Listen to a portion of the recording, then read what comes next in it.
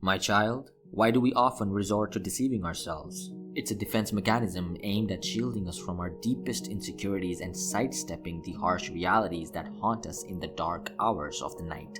We create elaborate justifications and excuses, pushing our problems to the recesses of our minds only for them to resurface later, gnawing at us once again.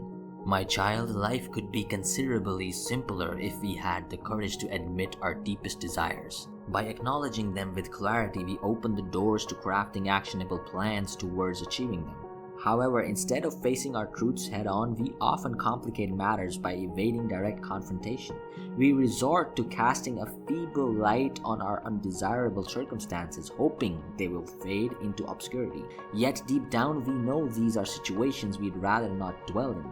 Admitting to our problems and insecurities is a daunting task, particularly for those accustomed to burying them deep within. It's an admission that bruises our egos and lays us bare to potential shame and ridicule. However, the path to resolution lies in confronting these challenges directly. Dodging the truth only prolongs your agony and delays our progress towards meaningful solutions. The telltale signs of self-deception are often subtle yet unmistakable.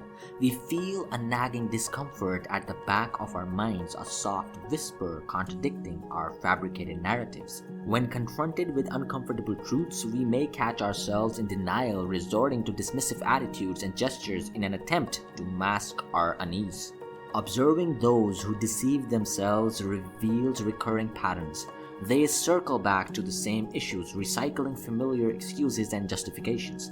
The need for attention and validation is deeply ingrained in human nature, especially regarding matters we deem significant, whether positive or negative.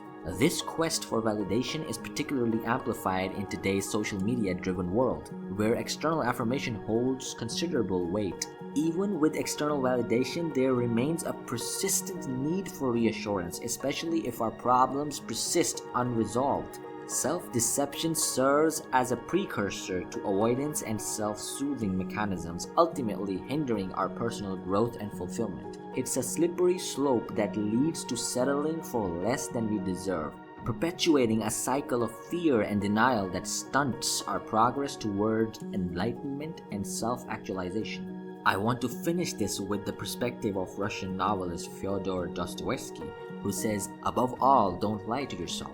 The man who lies to himself and listens to his own lie comes to such a pass that he cannot distinguish the truth within him or around him, and so loses all respect for himself and for others.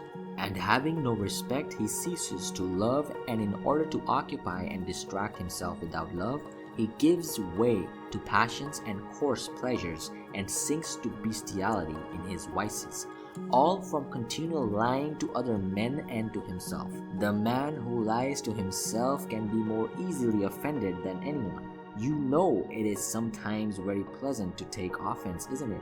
A man may know that nobody has insulted him, but that he has invented the insult for himself, has lied and exaggerated to make it picturesque, has caught at a word and made a mountain out of a molehill.